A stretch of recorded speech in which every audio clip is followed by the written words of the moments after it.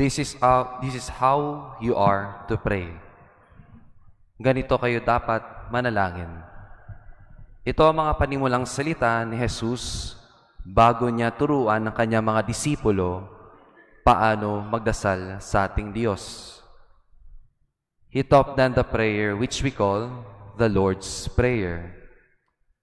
We also call the prayer Our Father or Ama Namin, o sa atin, sa Pangasinan, Amami. But Jesus did not say, this is what you must to pray, but this is how you must pray.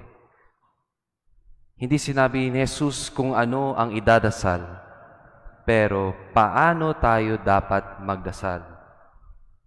The Lord's Prayer consists of rich meanings.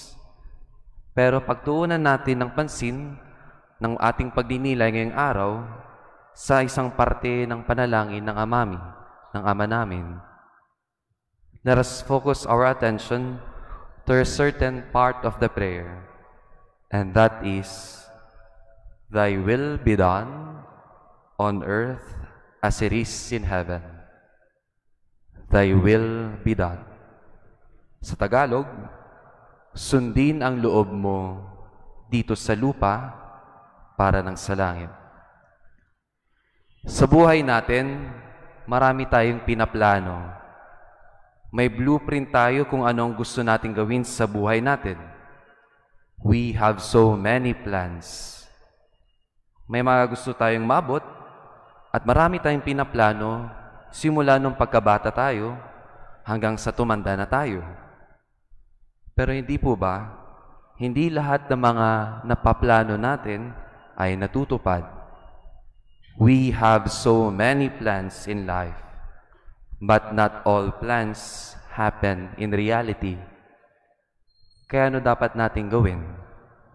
What we must do? Like in the Lord's Prayer, we must include God in our plans too. Question: naisama mo ba ang Diyos sa mga plano mo sa buhay mo? O baka sinusolo mo na lang ito? Dearly beloved, it is good to plan, but we must remember, let God's will be always done.